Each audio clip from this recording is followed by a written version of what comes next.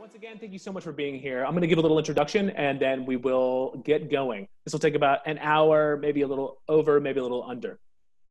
So welcome to Plants, Hemp Processing Seminars. This is a new series from Sci-Fi Systems to help hemp and cannabis processors think dynamically about their process, their business, and the industry. To do this, we're bringing together bright minds with a high degree of expertise in core skills and concepts that will help listeners make smart decisions for the future. This is the first, hopefully, of many entries. This episode is titled Successful Entry Confidence Scale, Thriving in the Hemp Extraction Market. And today we're focusing on the big question. What are some ways that we can successfully navigate starting or scaling in the highly competitive processing and extraction market? Our guest today is Josh Jones, PhD from Jonesing Labs and also from the beach at this moment, a consultant group that brings together top-level expertise in organic chemistry and chemical engineering to help clients craft innovative methods for the processing of industrial hemp. And his session is titled Adding Value to Bulk Extracts, Creating Your Niche in a Commodity Market. I'm going to read the descriptions. We'll get through both of these, and then we'll begin. As wholesale values continue to plummet for crude hemp extracts, distillate, and isolate, what can processors do to fuel innovation and find their niche? Where can processors find inspiration for new and innovative methods? Are formulators willing to pay more for refined extracts that aren't widely available? This is a discussion about how hemp processors can maintain exciting growth while minimizing the costs of innovation. Thank you for being here, Josh. And before that, our CEO, Emmett McGregor, will open up today with his session, which is titled Survive and Thrive, Reducing OpEx Through Effective Planning. Operational efficiency to reduce marginal costs is the only true path to a competitive edge. Join Sci-Fi Systems CEO, Emmett McGregor, for a summary discussion on how selecting the right process, equipment, and facility, in a word, planning, is essential to reduce operating expenditures and increase profitability for your hemp processing business. After these two brief sessions, we're going to open things up for questions. So without further ado, I'm going to pass things off to Emmett, and thank you very much. Thank you, Edwin. Really appreciate the introduction. Want to, take a moment just to, send out our thoughts to those that have been affected by COVID-19. If anyone in your families has been affected, or if you've been affected directly, and then everyone who's feeling the economic effects of this crisis. We're really, at Sci-Fi Systems want to give our thoughts and, our energy towards making the best of this time. And that's really what has inspired this talk today, is finding the best actions we can take in our everyday lives, in our business planning, and in our business execution to make good on this time where we're being separated and our business as usual is being disrupted. So thank you all for joining us, and really hope that this is the inciting spark for a long road ahead of sharing thoughts and bringing in some really great speakers that are going to inform us and educate us and really help us to plan the future while we may be held back from on-the-ground action. So the main topic I'm going to address today is planning around operating expenses. And this is a hugely broad topic, so I'm going to really punch in on a couple of key factors. First, I think that obviously operational efficiency is one way to view operating expenditure, but there's also another side to planning your operating expenditure or accounting for your operating expenditure, which is the upfront planning and the efficiency of execution, not just the actual processes, but how do you minimize risk and maximize a term that's being thrown around quite a bit today, the anti-fragility of your business, or how do you make a robust, resilient business from the very beginning? Because in a highly competitive market like we have today, a business that doesn't have a lot of tolerance for change and hasn't been had a lot of detailed nuance to their planning for costs and have surprise expenditures or surprise disruptions in operations can very easily be challenged to continue to survive through an unexpected event like this one that we're experiencing right now.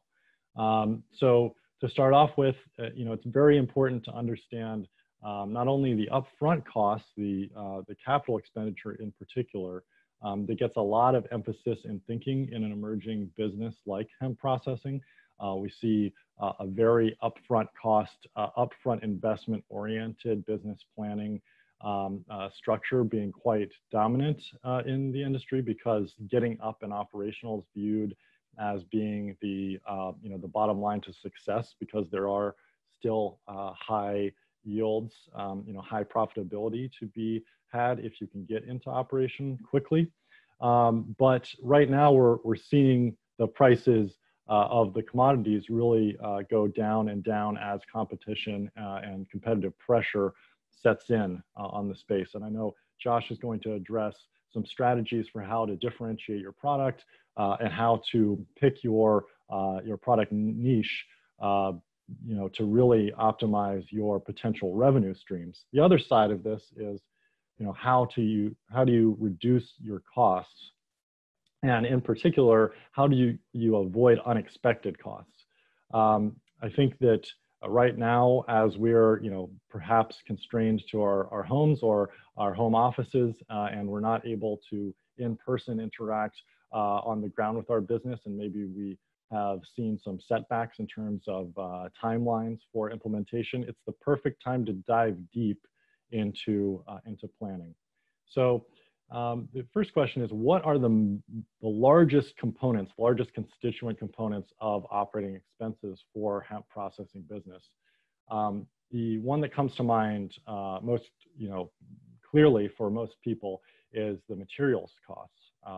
You have some major decisions to make up front about, for example, what solvent are you going to use to process hemp if you're in the bulk extraction side of the space.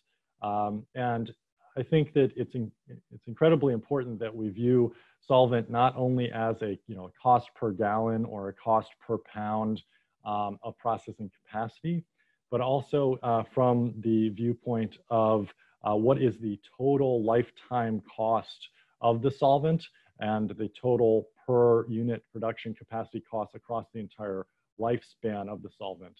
And thinking of a solvent lifespan is kind of strange for a lot of folks, but in particular, we see very strong differences between, for example, ethanol, 190 proof ethanol being the most standard solvent used in the business at this point, where you have, unless you have some very sophisticated processing approaches and equipment for repurifying that solvent, you're seeing a lifetime of possibly 2, 3, maybe as many as 4 extraction cycles for that solvent. Now you have the upside selecting ethanol of ease of compliance with your local regulators, and it's a very familiar solvent. Your risk factors are relatively low because you're not dealing with high pressures. It's not highly explosive, although it is very flammable. But the downside is that the lifetime is very short. And because the lifetime is very short, you have the added cost of a waste management burden. And waste management from a planning perspective is something that we see left to the last minute far too often. Having to handle the outflow of essentially typically a gallon, between 1 to 2 gallons of solvent for every 4 extraction runs per kilo of biomass. That's quite a big solvent outflow. So this is why we're focusing our development on solvents that have longer lifetimes, such as the alkanes, light hydrocarbons, potentially heavier hydrocarbons. So we're talking about butane, propane, heavier hydrocarbons like heptane, or even potentially pentane, hexane.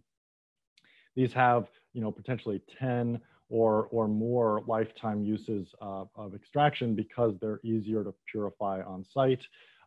And because they don't have the same water retention. So some of these, ways to change your planning to account for the secondary costs of the materials, even if the solvent itself is the same cost, because you can use it more times, you're going to see a lower operating expenditure over a total year of operations.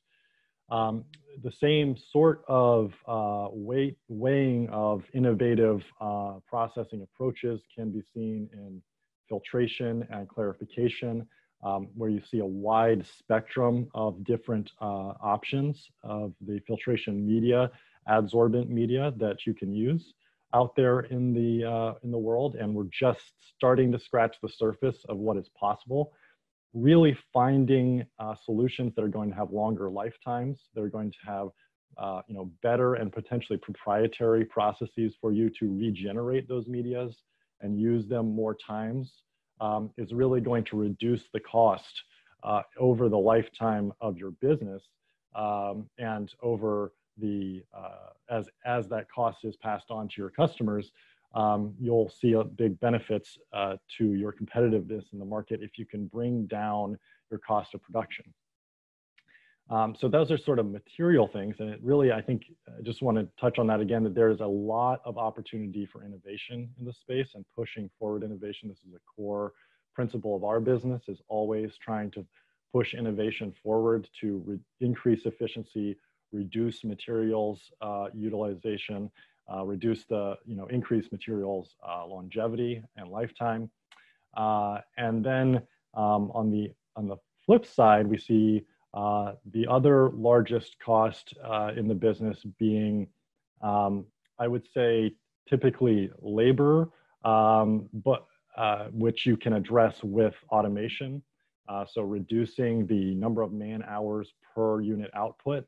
Obviously, this goes up with scale as the number of operators needed to actually operate a given plant, or per unit capacity is less than linear. As you go up in scale, you're able to operate a larger plant with fewer people per unit capacity. However, when you look at plants across the spectrum of scale, I think that there is a specific component that is often under accounted for in the planning phase, and that is maintenance, and specifically weighting the cost of downtime. We see oftentimes that in the planning stages of a business, there is a real tendency to have a bias towards reducing reducing capital expenditure, and sacrificing operating expenditure, and potentially not taking into account the long-term cost of maintenance, and specifically maintenance strategies.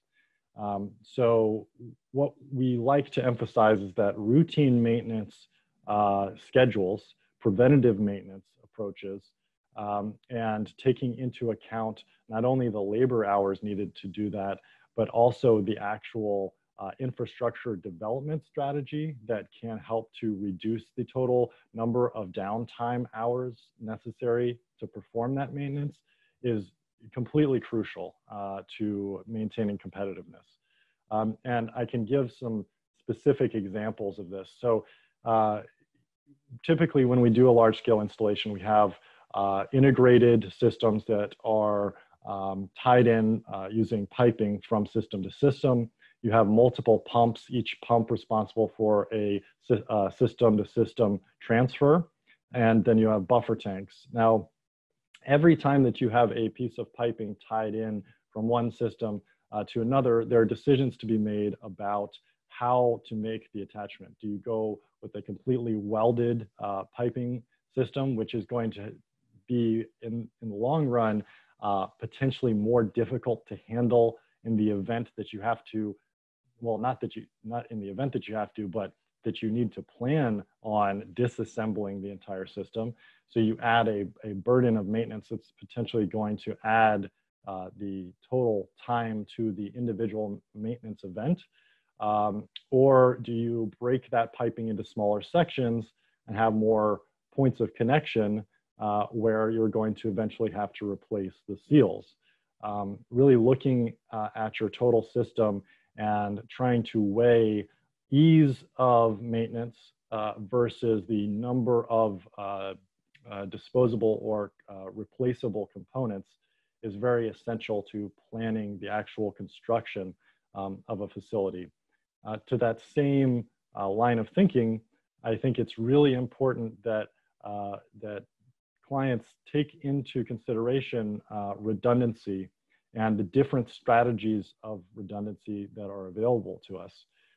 So typically when we see redundancy implemented in the field, there is often a bias towards either total process systems redundancy, that is to say having replications of the total process train, where that total process train, you may have two of them. So if one train goes down, you can continue operations with the other. It's a strong strategy in that it allows you to have assurance that you're going to be able to maintain some production all the time.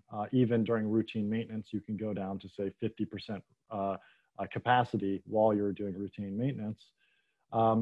But within that individual system, it is still prone to a single point of failure. So what you can do as a strategy, and we'd like to see this more in the field, is actual built-in systems redundancy, where, for example, with a given pump, if you have a pump that is a critical point of failure, you can actually pipe in parallel two pumps of the same kind with a bypass.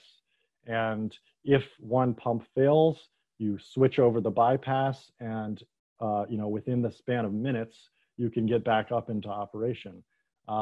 Rather than, it's more common in the field to see potentially there's a pump on the shelf, and that is approximately equivalent in cost, but it could potentially take you an hour or multiple hours of downtime to pull that pump that has broken down out and then replace it with the new pump.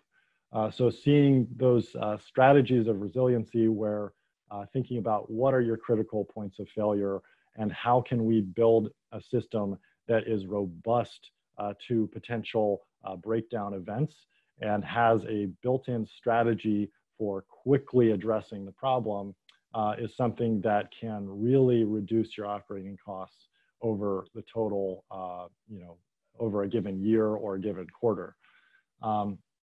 So that sort of mentality, which is a different design thinking, you have to be able to plan on and accept higher upfront capital expenditures. You got to buy two pumps.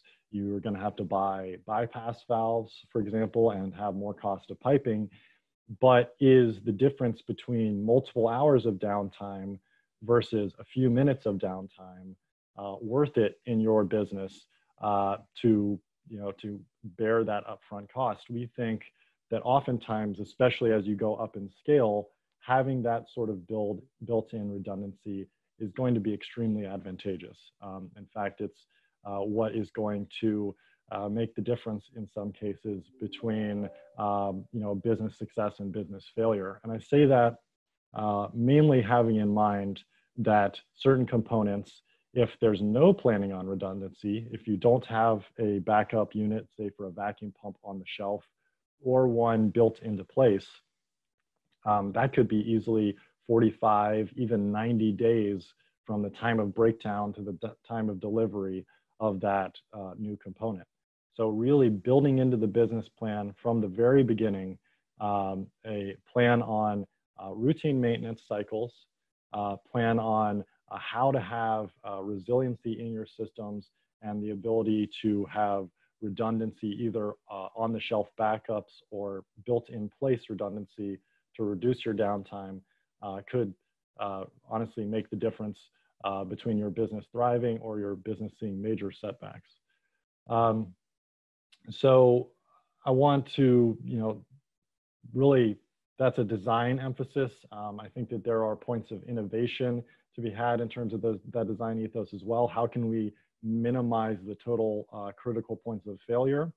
How can we do risk analysis to try and make systems that are the most robust? For example, if you have to decide between a low cost pump that's going to have very frequent necessary routine maintenance versus a more expensive pump that's going to have much less requirement for routine maintenance. And the downtime difference between the two is going to more than make up the difference between the cost. it's important to try and always take that long-term operating expenditure over the lifetime of the plant perspective to really maintain competitiveness and reduce your marginal cost over time. That's a piece that we like to engage with our clients because we are a custom solutions business. We do have individual components, solutions that we offer routinely to customers, but when it comes down to integrations, plant design, we like to upfront try and have the conversations with our clients about how to improve their resiliency, how they're doing their planning, and how you can build a more successful long-term business.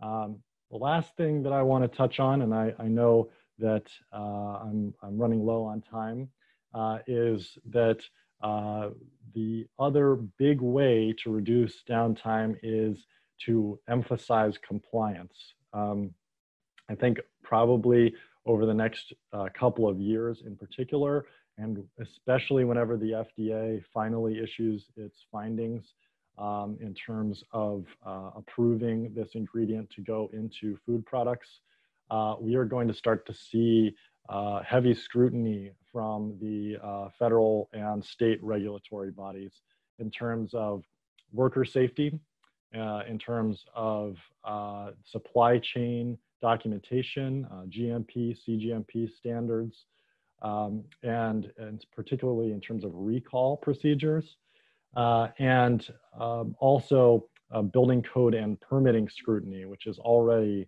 a big factor in business success in terms of time to implementation for our clients. But across the board, taking compliance seriously up front is going to avoid something like if you have an injury on site and there is an OSHA investigation and it's found that you haven't put into place the appropriate safety precautions, safety plans, you haven't met with an industrial hygienist or have a compliance officer that has a full understanding of OSHA code, an OSHA violation could shut your plant down for a period of weeks or even in the long term if you don't take very seriously compliance up front. The same goes for CGMP. If you're not doing proper documentation of your supply chain, there's something goes wrong with one of your products, there's a recall, you don't have documentation to be able to do that recall effectively, that could effectively stop your business, stop you selling your product until you're able to retroactively address those deficits. So being very focused on compliance, on building in mechanical resiliency, and as well as planned routine maintenance into your factories, and also planning for essentially materials innovation in a way that reduces your upfront cost of operations and your long-term cost of operations, specifically with selecting the right solvent for your process and focusing on points of innovation that are low-hanging fruit like filtration, adsorption, and potentially the implementation of things like membranes, which we've been working on with partner vendors and our clients to reduce the materials expense of your business. You can be sure to obtain an operating edge against the large mass of businesses in the space right now that haven't taken this operating cost planning very seriously.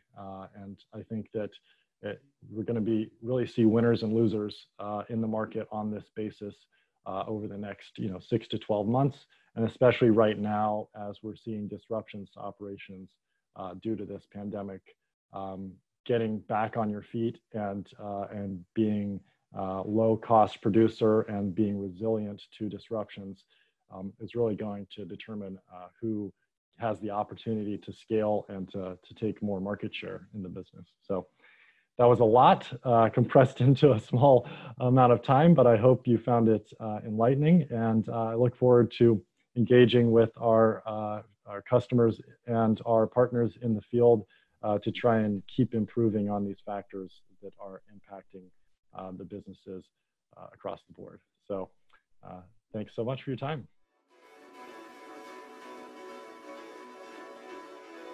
Thank you for Sci-Fi for hosting this and inviting me, and for all the participants for spending some of your day with us.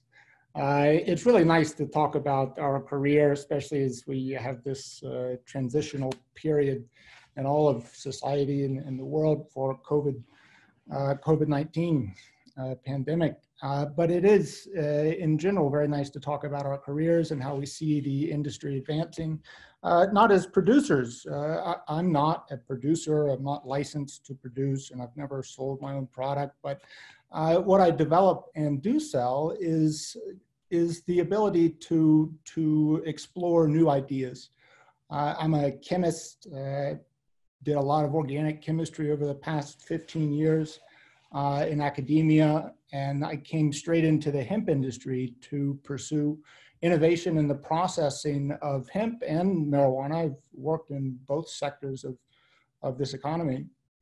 And what I've really been able to see is that everybody wants to establish new ideas in this industry, and that's a really exciting aspect of this industry, not just the potential to make good money, but the potential to do something new and to figure out things that people didn't know before. And there's a lot of gratification both in achieving those things, if it comes to that, but just in the process of developing new ideas and allowing your curiosity to reach towards profitability. And I think that's something that I want to try to pass on, or just to describe and talk about in this webinar. So I put together a outline that was available to be sent by email, but I also have it here. And I'll just share my screen right quick for people to look at this while I talk. And that should be viewable as well as my face here. So I've put together this kind of mind map of what I'd like to talk about, and we can send this to anybody who might want it later. But these are loose ideas that I wanted to start filling in and just putting some words to. So to start with, introduction, I've talked about myself a little bit, and I run a company called Jonesing Labs. I just came up with that name off the cuff, and we have, for the past 2.5 to 3 years, slowly worked to set up a laboratory to service clients who want to have some extended capacity for exploring ideas. So I'm comfortable with chemistry laboratories, and some people, for whatever reason, may not have the experience, or the team may not have the bandwidth, and it's challenging to have dedicated research individuals in an organization that's just getting off the ground. And that's the niche that I've been aiming to help fill for people, both as a long-term member of a team, as a distant role or an on-site role, and also as just somebody to kind of ping ideas off of if I'm not formally part of a group. As an officer or an advisor, then I always welcome people just to have a conversation about what their ideas could be, and how the next steps might look, and what they might cost to try to achieve some sort of new idea. So this talk is largely for the types of clientele that I've had experience with over the past few years. And those represent small to medium-sized processors, at least what's considered small to medium in the hemp industry, something up to around 1,000 pounds a day extracted. And that leaves people with up to 30 or 40 kilograms of crude oil to process into various products. And there's a lot of other parts of the buffalo, as it were, to consider in their development efforts, both to reduce the cost of operation and to have a diversity of product offerings, even though many of those products may not be actively put onto the market, to have the ability as a company, not my company, but the clients I'm speaking to extend the possibilities for flexibility in a changing market. When we see the price of what had been considered a valuable product in crude oil or crude extracts of hemp go from a price around 5 years ago of $15,000 to $20,000 a kilogram down to $600, $500, $400 a kilogram. It really makes people consider what they're doing, if that's the margin that they have to force operation upon, or if they can extend their product offerings into something else that's not there, that can maintain value as a novelty, and that can really drive the creativity and the energy of a company and kind of allow a company to define what their Whopper is per se, like, you know, Big Mac or Whopper. If a company has a tagline or they're known for something, then people remember that regardless of what other products might be offered and perhaps as a complement to, but people remember companies by single products. So there's still ample opportunity to look at what products the company wants to represent them in the market. And that's what I want to talk about, that process of bringing new ideas to the market. So market dynamics, yeah, what gives about this depression in cost? Well, of course, it's competition. And there's a question about how much acreage and how much hemp do we really need to have to satisfy a market value of several $1 billion.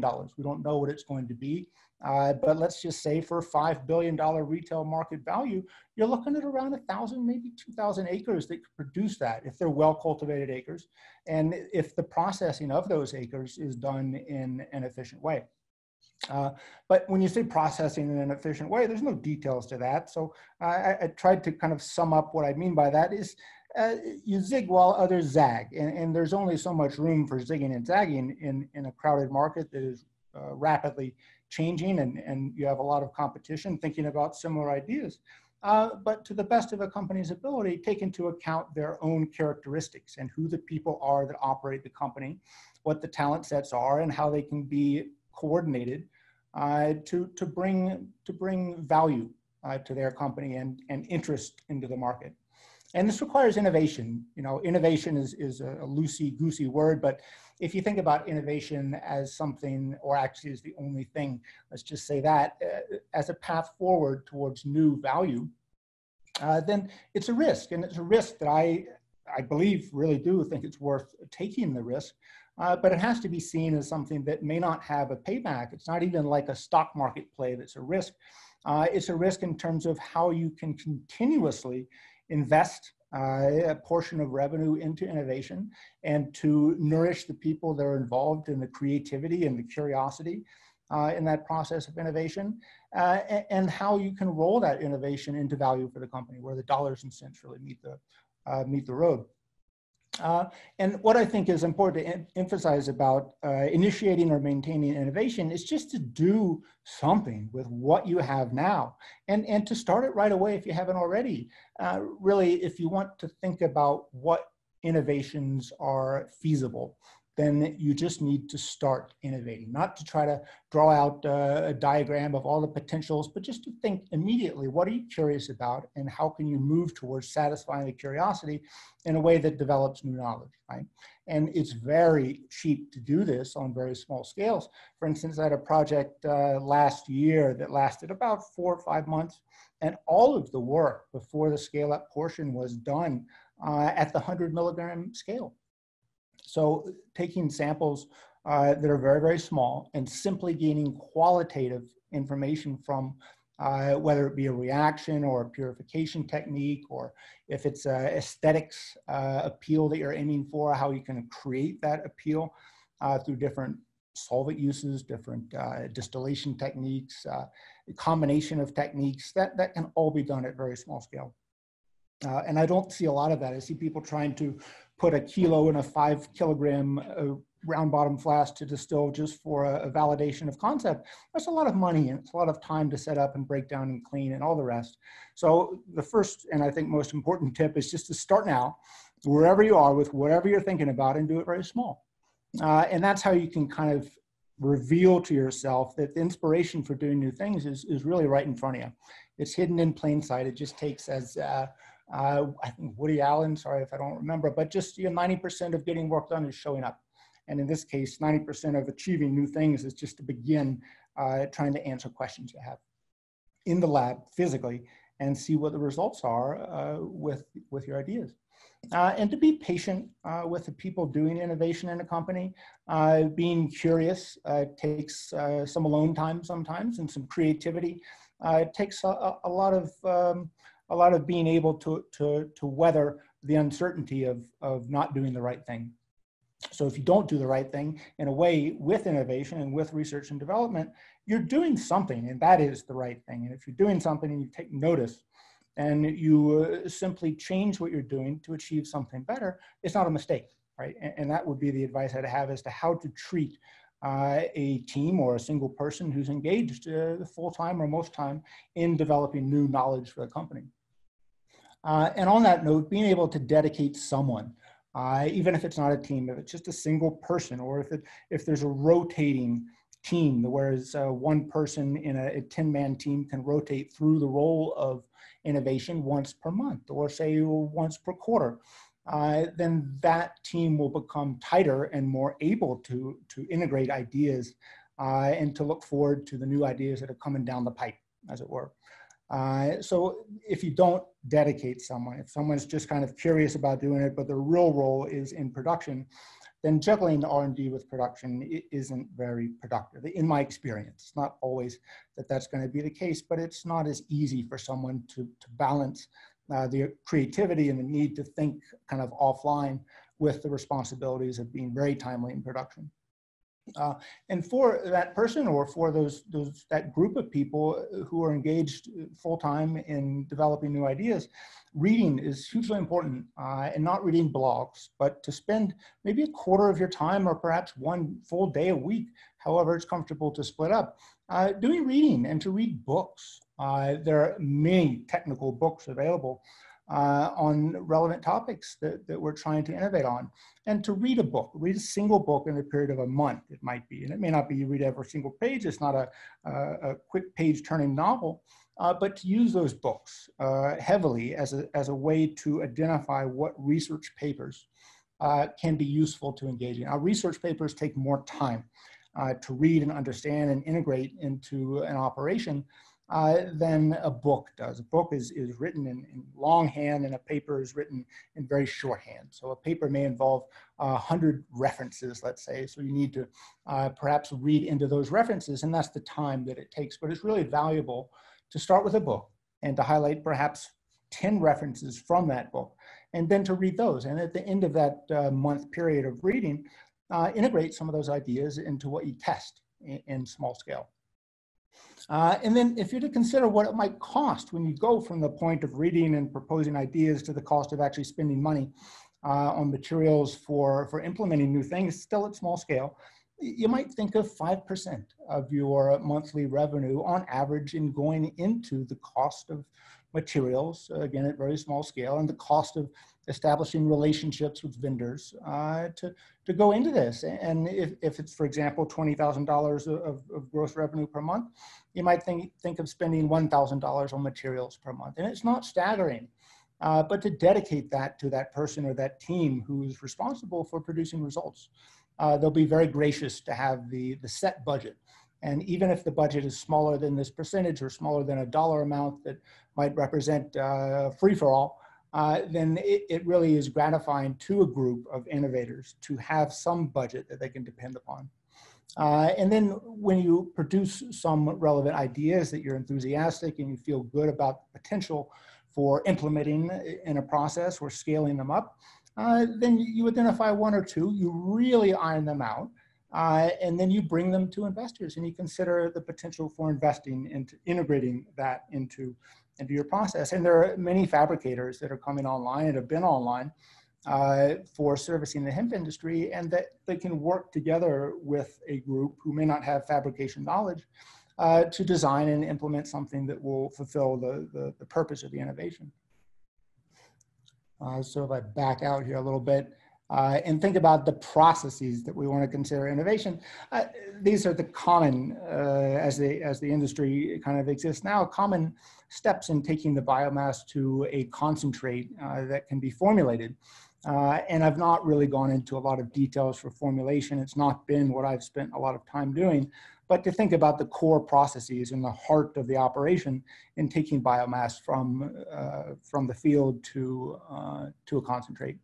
So extraction, or skinning the cat, as I say, is the first step towards getting more of the meat of the value And doing extraction in ways that are not novel, that are established and known, is what people are going to start with. If they're a vertically integrated processor that starts with biomass, and extraction is going to be on site and the first thing to have been looked at. But if you think about the alternatives to doing what's done now, or perhaps to integrate ways that extraction is done on other types of biomass, right? So the flavor and fragrance industry is hugely established in being able to extract single components or valuable mixtures from botanicals.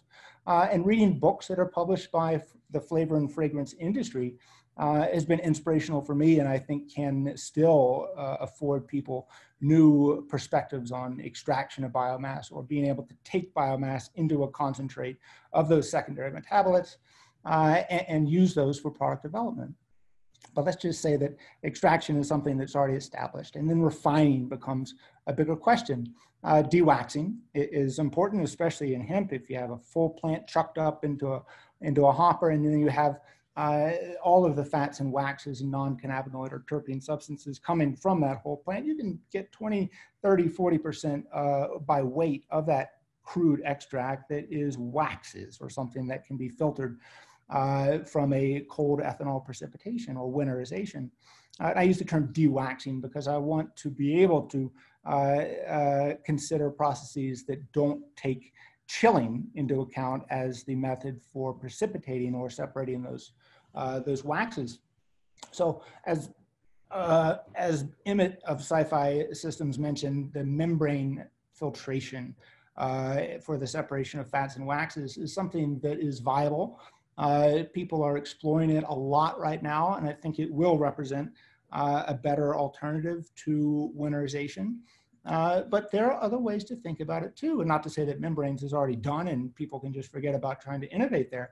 There's an active design element in developing membranes and working with the suppliers or manufacturers of membranes to develop new membranes is being done. So establishing relationships with large vendors who have experience in other industries is something that I've found very little barrier to moving forward in a project. Most of the vendors that I've been in contact and relationship with have had no problem at all in talking in detail and developing relationships and sending free samples to evaluate. And it takes a back and forth. You have to pay a little bit here and there to allow that vendor to see you're serious about developing new, better processes. But this is a huge resource in general, is to establish relationships with vendors, not necessarily in the cannabis industry, but for example, in the membrane filtration industry.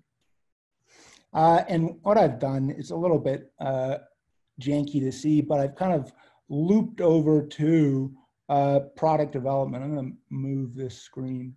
But I've kind of just put lines over to product development potentials for each of these refining steps, because refining in our case means removing some component and keeping some component that you think is a higher value, but to think also about what value might exist in the components that are removed. So waxes, yeah, what's in that stuff? I don't know that we've definitively seen what variation in chemical structures exist in waxes, and so much depends on how the plant is grown and the strain and how it's treated afterwards and how the extraction process is done. But if you think about simplifying a complex matrix, then you look perhaps to the biodiesel industry and how they deal with botanical inputs that are not homogeneous and make them into a product that can meet spec. In that case for burning in an internal combustion engine, but in the case of taking a mixture of fats and waxes from botanical extracts, I think the biodiesel industry is a good role model, and how to potentially simplify the matrix using some chemical reactions that are not very dangerous, but can be very effective in taking something complex and reducing that complexity to something that can enter product development. And then decolorizing. So decolorizing, if you're using, let's say, just warm ethanol or even a high pressure CO2 with no effort to minimize the extent of pigment extraction, then you end up with a very dark extract. And just saying that most of that is not valuable perhaps is something that is zag, where we need to be zigging. And to think about, well, what pigments are in cannabis that might have potential commercial value? There's been a hype about flavonoids, but if you look at canflavin A, canflavin B, these things are unique to the cannabis plant. And they have not been, to my knowledge, really isolated or pursued. And to what extent do we have a sustainable or commercially viable yield in components that are recognized as pigments and devalued because they have less of an aesthetic appeal in a finished extract? And think about purification of those components. So this is just a suggestion, but I think it's reasonable to look at non-cannabinoid components of extracts as product development potentials. And, you know, to explore decolorizing. Again, the small scale is so valuable and so cheap and so quick to get results, but to think about using variables and to control these variables one at a time. And you have your spreadsheet where each variable is changed one at a time. And this can take a few weeks to get through and to arrive at a set of variables that you think is worthwhile doing at, say, the 5-gram scale or 10-gram scale, and see how the performance differs as you make it a little larger. And again, this stuff is very cheap to pursue in terms of material costs. And after decolorizing, maybe you go on to solvent recovery, and then you have this problem of reproofing solvent. Well, Emmett talked about the operational expense of having to replace ethanol as a solvent because it becomes contaminated with water and terpenes and other volatiles that may not be identified coming from the extract. And there's a lot of experience in purifying ethanol because it's a beverage, because it's used in ways that carries over other botanical volatiles like in gin. So there's knowledge about putting certain components into a solvent and only taking certain components out. And being able to draw from that experience and documented experience from other industries that deal with the production and use and reuse of ethanol has clues for how to deal with this, right? It's the same with terpene removal. If that's the major source of contamination, you don't want to reintroduce to fresh biomass. And then decarboxylation. This is something that takes a lot of time, a lot of energy, and it's a kind of a dangerous process with a big vat that's at 120 degrees Celsius. And it could be done in different ways, right? So you think about batch. This is a batch process that I just mentioned, where you have a jacketed vessel, you heat up 30, 40 liters of oil to the point that it really decarbs just by thermal energy. Well, you think about thermal energy and continuous flow. This is done in pasteurization in the food industry with various components of varying density and viscosity.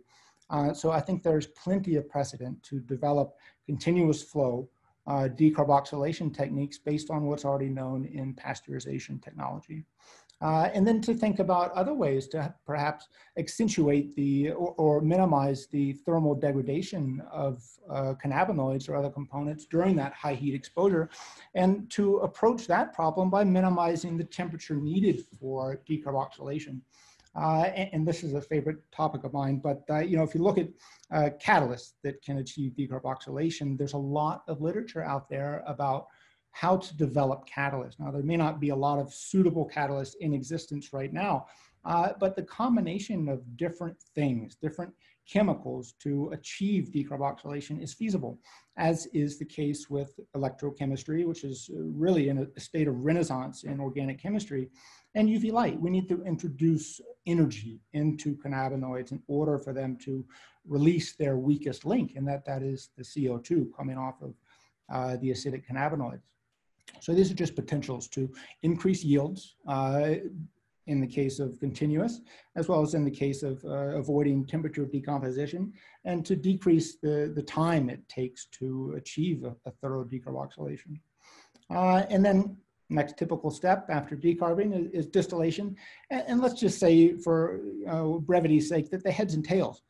We don't really know what's in there, but perhaps this could be rolled into an exploration of dewaxing, and to think, well, if waxes are volatile similarly as cannabinoids, and they're probably distilling at the same time, well, just don't dewax and go ahead and distill everything and see what the difference is between the waxes that existed before distillation and what happens after their exposure to that high heat and vacuum. And what is the composition of that wax, or heads and tails if it's the case, when it comes out of distillation. And on this point, and I think relevant to most of the other topics here, being able to partner with an analytical lab who has a capability for not only HPLC and GC, but also mass spec and NMR NMR is typically at this point only available for our industries to use through university connections, but it's possible to establish those.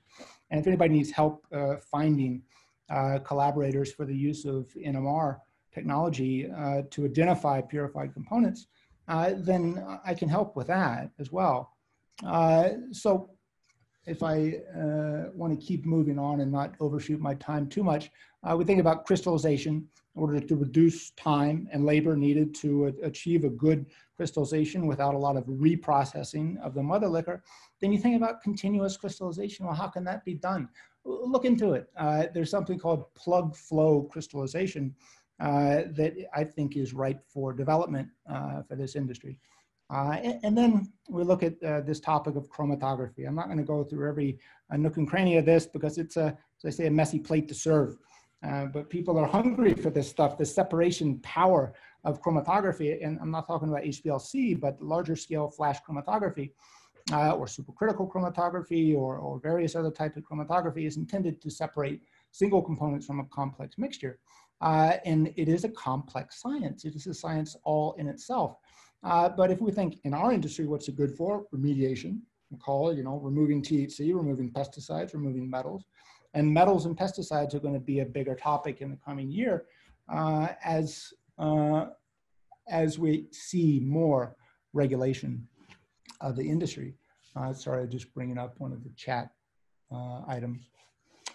So remediation is one thing. Now, purification is perhaps a bigger thing. I think that if you have the case remediation, this is relatively not simple, but tried and true, right? It can be done. Purification of CBD, if you want to achieve better crystallization yields, then purification of CBD is going to help tremendously with that. If you have a simpler matrix to crystallize from, you're not going to have inclusion of impurities, and you're not going to have nucleation events that are erratic. So you can predict according to variables you can control, like solvent composition, temperature, and flow, how your CBD is going to be crystallizing, or if it's CBDA, or if it's THCA, how things are going to be crystallizing, or even CBN, if that indeed turns out to be a crystalline compound. Now, purification of unknown components is something that is a real R&D effort because you need to engage in structural confirmation of unknown components. If you have fats, you need to know, well, what fat is it? And that takes a lot of access to analytical instrumentation.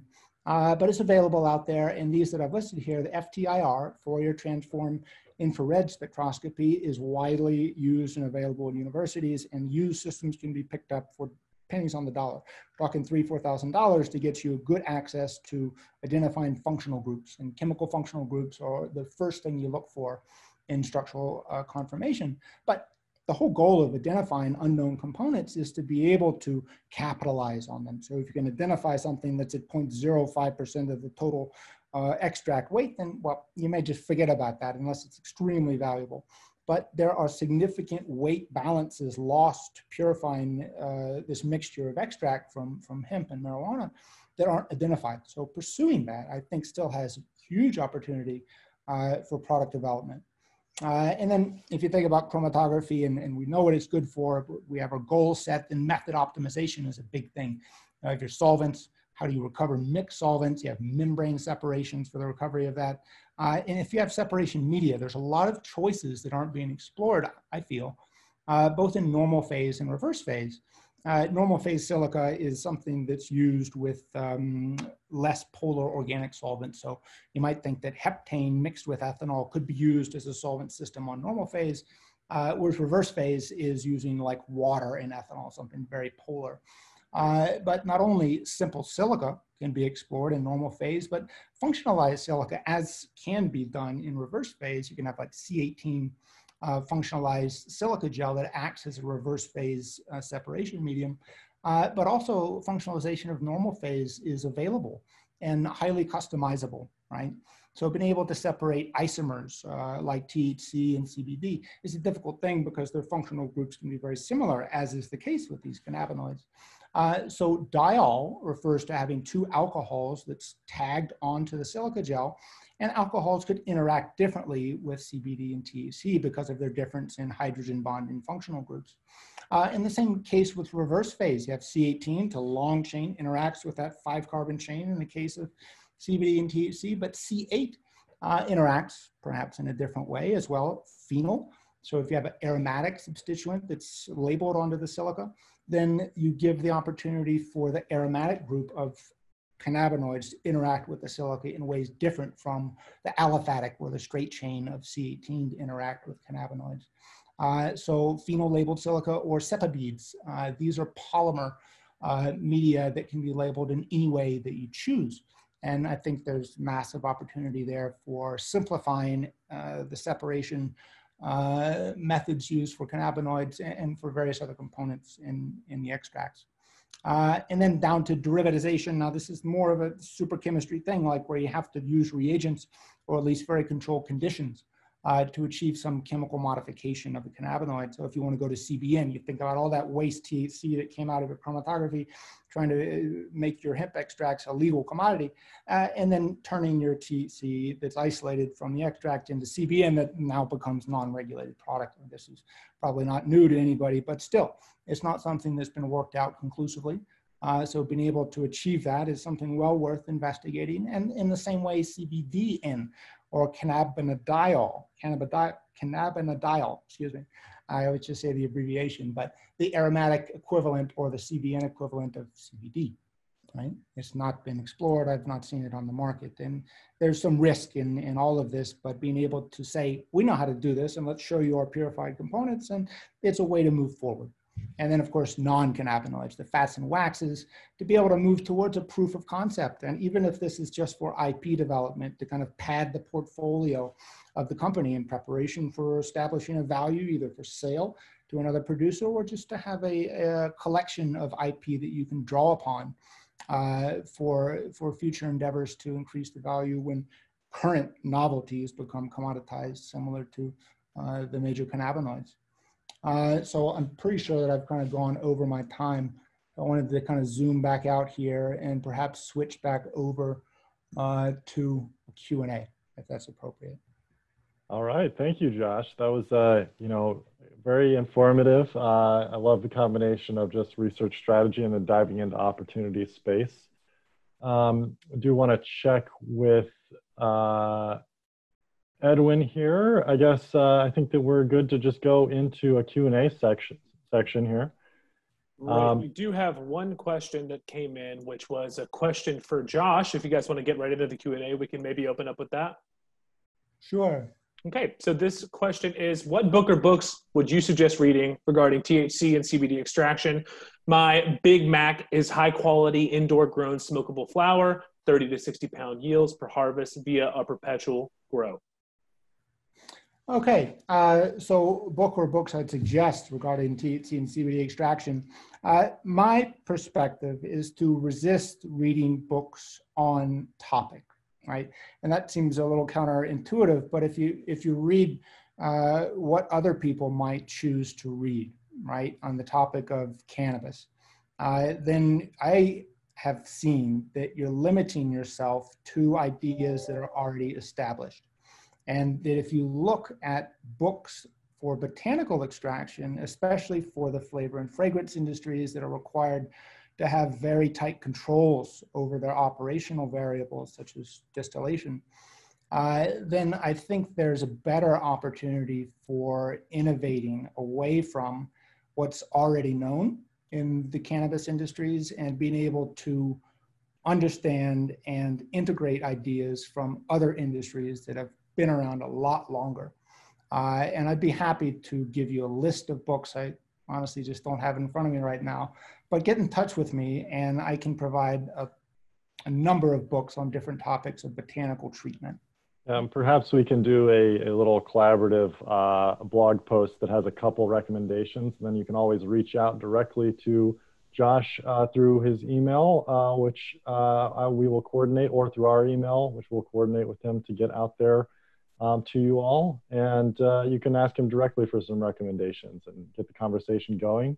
Always, again, just want to emphasize that, you know, Josh's business is helping to inform both on a strategic level, but then in a direct research and development capacity, the capabilities of businesses from, you know, small, medium, and then, you know, all the way up to large scale. So having some consulting advice on how to set up a research development program, or wanting to actually pursue it through him, and even just getting source material from him, it'd be great for you to reach out and to Jonesing Labs and start that conversation directly. But yeah, maybe we can collaborate on some follow-up content here with a list of starting places for where to start reading.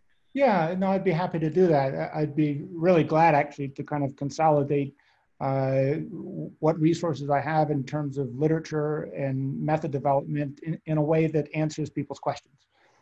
Just, being the talking head here, it's kind of less productive for some that may have wanted different perspective for me to talk about, and I'm happy to talk personally or in the form of a blog. Excellent. Well, thank you guys so much. We do have a couple more questions going in, so I'm going to keep it rolling with the time we have left. The next question is from Wes. Any good THC to CBN conversion sources? So by conversion sources, I assume you mean sources of information. And I've done the literature searches, and I mean, there are no real good methods out there that are really compatible, like plug and play sort of thing. Of course, there are methods in the literature out there. In CAS, or the Chemical Abstract Service, is where I've looked primarily to find what academic and industrial literature exists, but there's not a lot out there that's scalable, right? So new methods are really what we're looking at. New methods that are safe to operate in terms of what residues might exist in the finished product, and being able to use materials that aren't so difficult to source. Like, we're not wanting to source very functionalized palladium catalysts that may be suitable, but we're not in the pharmaceutical industry, and we don't operate under that type of regulatory structure. So being able to have food grade ingredients, essentially, and things that don't have residue, something that's a heterogeneous catalytic method is what I've worked on for some time. And I do have some methods that seem to work quite well. And they're being scaled up right now. But the ability to do it in terms of like finding a way online that can just say, do this step 1, 2, 3, I'd say look at Future 4200. I mean, there's so many conversations out on that website that are more or less open source. People just want to be able to talk about the progress they see. And there are some methods on that website. Just dig around a little bit for CBN conversion methods that you could try. And I'd be happy to help you try, or to advise you against or towards different methods. Yeah, I've got a follow-up question for that. So you mentioned specifically there being, from some of these methods, the potential for, either unknown or not in a standard analytical panel characterized secondary products from some of these derivatization processes. How do you look at safety when you're exploring some of these new methodologies in the research and development, but also in the scale up? How do you address that consumer safety component for a new reactive chemistry or potentially just degradate chemistry process that you're developing? Yeah, no, it's a great question. I think that's really the main question on everybody's mind. So you figure out a method and it works great, but you've got some toxic byproduct that you didn't even know about, and you're going to cause a lot of problems. So one way that I look at that is to consider what the reaction mechanism is, like what's going on in the conversion of THC to CBN. And there are several established mechanisms for that to happen. Now, whether it's only one mechanism or another, or a mixture of those mechanisms happening all at once, depends on what the conditions are. And if you have an expectation that there's going to be byproducts in a reaction, then what you do is you push the reaction all the way. You overextend the time or the heat or the conditions or the catalyst amount that you might anticipate using, and you look at how it falls apart. Right? What are the end products of this reaction? And that will be a clue. You have to identify what those products are, right? And that's where a group like mine or a partner analytical lab can come in. But being able to purify, in the first case, the components that are not the intended products, and then to identify them is what you have to do. And in the pharmaceutical industry, for instance, you have to purify and identify mechanisms for all formation of byproducts at 0.2% or over. So it's an extensive effort to pursue in other industries, and it should be in this one as well. So being able to identify a reaction mechanism that gives the minimum of byproducts, it's very selective towards the product you want, is the key. But there's a lot of steps in doing that, right? I'd be happy to talk about it more individually, but really if you push a reaction far, too hard, too hot, too fast, whatever it is, you'll see what the potentials are for degradant byproducts. Great. Well, I see a couple other questions here. Specifically, there's a question asking if you view chromatography as being a sustainable or cost-effective THC remediation technology, or do you think the future is in a physical or chemical method that doesn't rely on chromatography? No, it's great. I like where that question's going. See, this person's curious and they're already starting the innovation, like, well, what else is possible? If this isn't going to work, or if this is a big pain in the rear, then what other options do we have? So, what I think, I think that people are going to be doing it any way that's possible. And there's already been a lot of capital put into large chromatography systems, and you don't want that to go to waste. You want that to become better. So let's not assume that there's going to be one good way to do it. There are multiple ways to approach it. Be it chromatographically, chemical derivatization, and to allow THC perhaps to crystallize differently than CBD. Perhaps there's other ways of physically doing it because CBD is a solid and THC is not. I mean, there's lots of ways to approach this. But I can't say that one way is better than the other until it's fully developed. And I don't think any of these methods are fully developed. So I think, and especially the case of THC removal from hemp extracts, because it's so important for remaining legally viable, both nationally across state lines and internationally, if that's the goal, that you take whatever technique you have and you make it the best darn method anybody has. And that's going to make you better. And that's all there is to it. I don't think there's one better way. It's all about implementing that way. Right. And, from our perspective, we've also been keeping tabs on this development trajectory. And like you said, there's some open source development ongoing. And then just also trying to track where other industries have headed with this type of fine separation. It seems like there are some viable chemical mechanical methods that are being sort of tested at a lab scale right now. Commercialization of those methods is going to be the huge challenge that they face. And then also, what's the acceptable threshold, of loss as compared to purity? That's always the question, right? So I think there's individual business cases that are going to be made for each type of separation. If you really have to have, 0.0000001 or below THC percentage of a product, and it's not just a pure crystalline CBD, then maybe chromatography and some very specific types of chromatography might be the way to go. If you're isolating individual cannabinoids outside of THC CBD, I think there's chromatography has a head start in terms of proving viability on being able to do that. There's also something called molecularly imprinted polymers that are being developed for selectively absorbing THC and allowing CBD to pass through.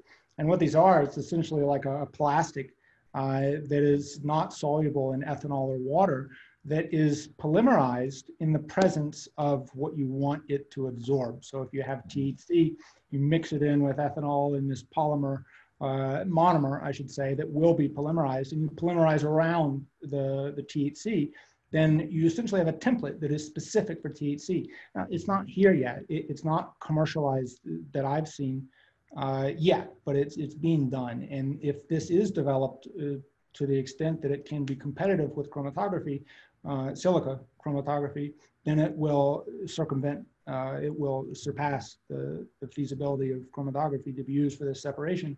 And there's a lot of money to be made in that. That's why it's being developed. But it's a slow process to be able to scale up the development of those resins, the manufacturing of those resins.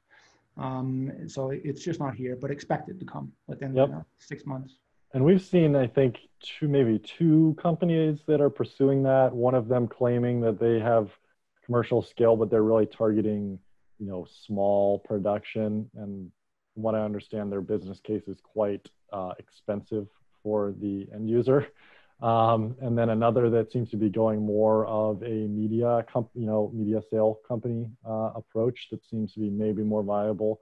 But again, it's a type of technology that there's sort of multiple layers to commercialization. And one of them that is going to be interesting to see play out is the legal side, as people try and patent or otherwise IP protect some of these, both the actual materials and then the methods.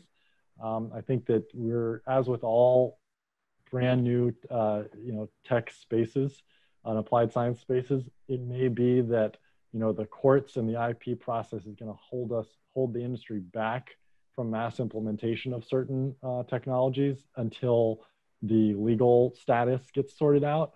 So that's, always something to stay aware of is as you do research and development, there's sort of two main paths you can go down. You can try and have very strict IP protections in terms of R&D and then going to patent, but you have to be willing to defend that patent and have the war chest to go to court to prove that the patent is really valid because you are publicly publishing that. And so others are going to be able to essentially mimic your method, but then it's on you to go find them and try and stop them, right? Yeah, the money doesn't just roll in if you publish a patent. No. Right. And the other side would be, you have trade secrets, just try and keep it quiet, do it yourself, get commercialized, be the first to market to do it and try and keep it, a secret confidential methodology. And then there's sort of the third path, which we actually as a company, we like, although we see both sides, which would be an open source development or some sort of open development in collaboration with academia or independent research organizations, where it may actually accelerate adoption in the industry if everyone can see what is actually being done, what are the potential upsides and downsides of it, and accelerate the iteration around it. You may actually have a better business case for being able to see acceptance of your methods from a consumer base that understands what you're doing. And because you were first to go to scale, but the industry overall understands your method, that maybe there's actually a business case to being more open, and especially as being able to attract customers and clients of your products that can not be afraid of the methods that you're using. Because certain black box approaches, I think especially with some of the negative press that derivative cannabinoids in the pharmaceutical industry have gotten around some failed clinical trials, people may be wary of chemical reactive methods for derivatization and purifications. And so having some level of transparency that allows confidence from the market to come to you has its own value as well. Yeah, no, I agree, Emmett. And it would be nice to initiate or participate in something open source, especially for the development of resins to separate CBD and THC or other components in cannabinoids in this MIP process, the molecularly imprinted polymers. From what I've read and who I've talked to, it's not terribly difficult to do this at very small scale. It becomes difficult when you commercialize the manufacturing of these resins. So I think it is quite ripe for a collaborative effort towards identifying ways to polymerize monomers that could be considered food grade. For example, with all this hand sanitizer craze, I've been looking at all these gelling agents, and gelling agents are essentially things that aren't very soluble in this ethanol hand sanitizer. And they are very similar in some cases to the base components for molecularly imprinted polymers. So if people are looking at hand sanitizers and they just want to cross-reference a little bit over to MIPS and think well, let me just try it. Why not? And you find a book, you find a paper, you find a set of papers, and you just prepare for what steps to take. And I think that could be a great thing to do in collaboration with several labs. Yeah, absolutely. And it may be, I know that the first company that we became aware of that's pursuing that came out of a university, and the university took the tack that they wanted to go down the proprietary road. So they, I believe, have pursued some sort of IP protection on that. But as with any technology that has a big base of prior applications in other spaces, there are likely to be alternatives. The first method you find is not necessarily going to be the most effective or efficient method in the end for producing this. So that's something I want to encourage everybody is don't be scared off if somebody else has found a way to do something. It just maybe proves the concept that it's possible, and it opens up a whole area of research as far as alternative iterations of that same technology that could be, more efficient, less toxic, more readily implemented. Any of these advantages that you could find in doing some pretty simple on the ground in the lab small scale research, or partnering with another organization that can pursue that for you. And really being able to get a hit, to get some hit on something you're trying to establish at very small scale, and then to have the right people to talk to about making it commercial. Being able to say, well, we tried all these different things, and we have this range of yields and results and consequences, et cetera. And to approach somebody like me or like Emmett or whoever it might be, to just start talking about how to solve the problems that exist. And perhaps one of those things or one of those partners could introduce perspective you just didn't have. So talking about ideas is as important as initiating the innovation experiments. So we are already pretty far over time. Maybe I know I have time for maybe one or two additional questions. I see one that I think is just timely and relevant that I want to call out is, have you seen material impacts of COVID-19 on the hemp or cannabis industries? I want to say from our perspective, it certainly is disruptive to operations in terms of the state level and federal level requirements for installing new equipment for construction projects. That is certainly setting back some clients that we have. It's impacting timelines. As far as the consumer demand goes, I think that it's not clear what the impact is being. I think that it's interesting that the cannabis space, the recreational and medical THC space, has been declared an essential business in a lot of states that have it. So people are continuing to get access, and demand is staying strong from everything that I've heard, which is, goes in line with what we see from other, recreational products, things like alcohol industry that see a bit of recession resistance. I think the same is showing true for the THC space. On the other side of that, on hemp products, there are online suppliers for hemp products. I think that's been beneficial, but I think we've yet to see, or at least I don't have definitive data on whether the demand curve for CBD products in particular is recession resistant, or whether it acts like a luxury good. I think that people are using it to help them with quality of life concerns. So from that perspective, we could see that maybe it would be, but over the next couple of months, I think that we'll probably hopefully see some business research coming out that will validate or invalidate that. But certainly in terms of the timeline to get into manufacturing for new businesses, projects are seeing setbacks. On the flip side, I really want to emphasize that because of challenges in the overall market and delays, I actually view this as being perhaps the best opportunity for businesses to invest in planning and to get more and more granular about your business case, get more and more granular about your planning for how you're going to implement.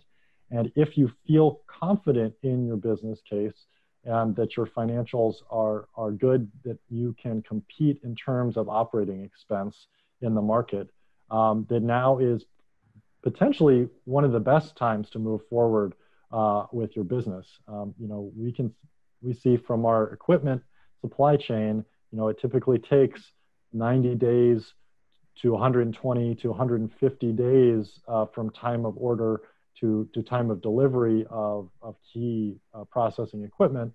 And for that reason, it's still possible to target the next year's harvest, or I mean this year's harvest, as a an opportunity to build a business on.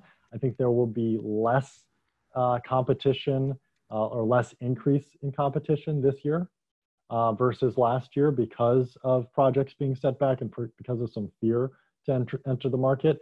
And for that reason, those that do get in with a high efficiency business case and have a good marginal cost basis, they may have I'm predicting at least that we may actually see for the first time the commodity prices start to rebound in 2021 because of what we're hearing in the farming, where maybe less acreage is getting planted, and we may see some fallout from low efficiency businesses, so reducing overall, fire sale product going onto the market.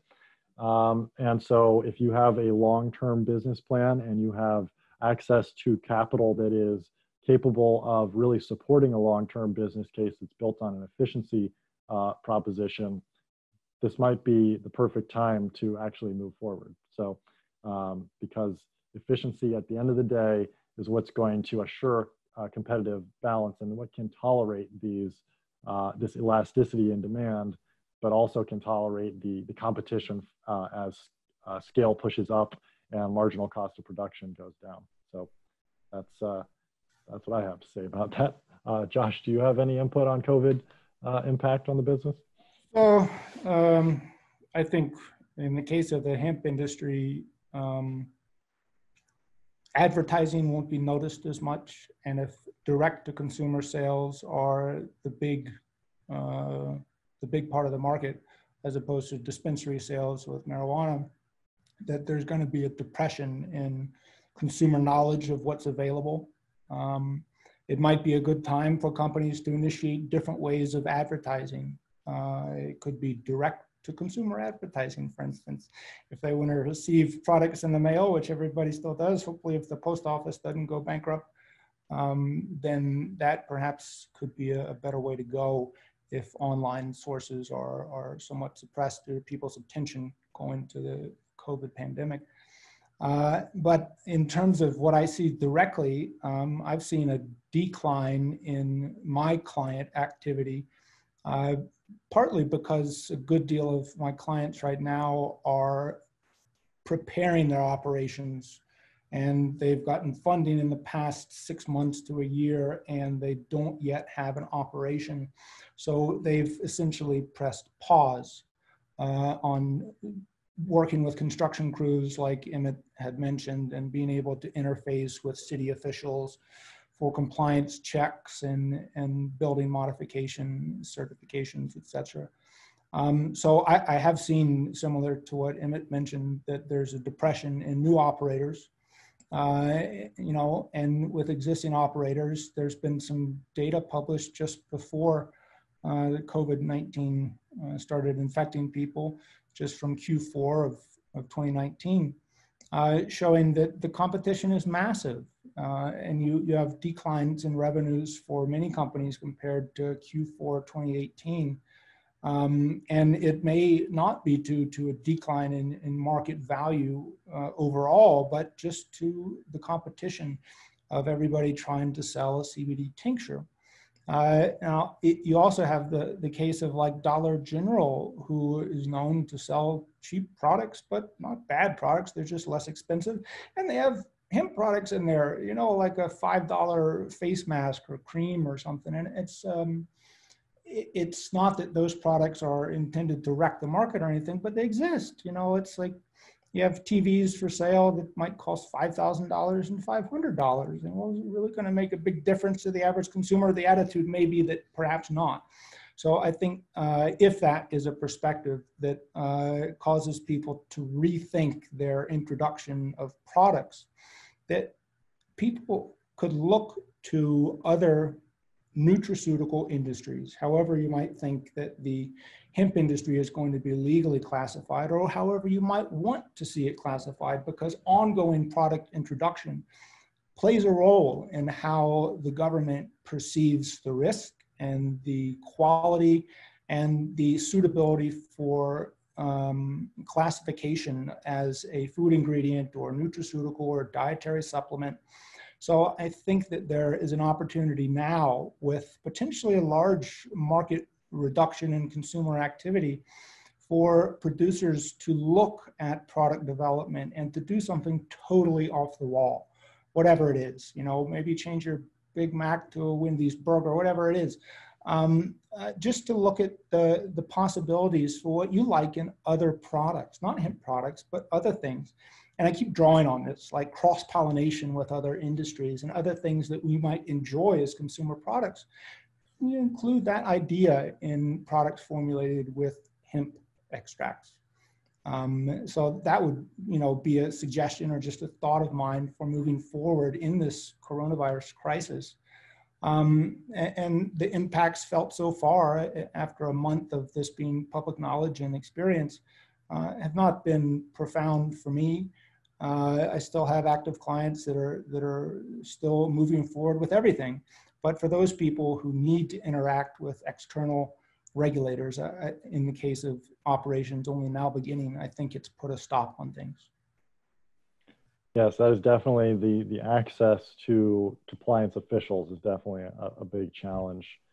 I do want to also mention that among the challenges that we also have a huge business opportunity for operations that have an established creditworthiness, in that this is probably the lowest cost capital availability that we will ever see. The lending space is, because the interest rate is so low, and especially if you can gain access to an SBA loan, which I think it is unclear at this point whether hemp businesses directly will be able to access those or not. I think there is potentially a strong case that they should be able to.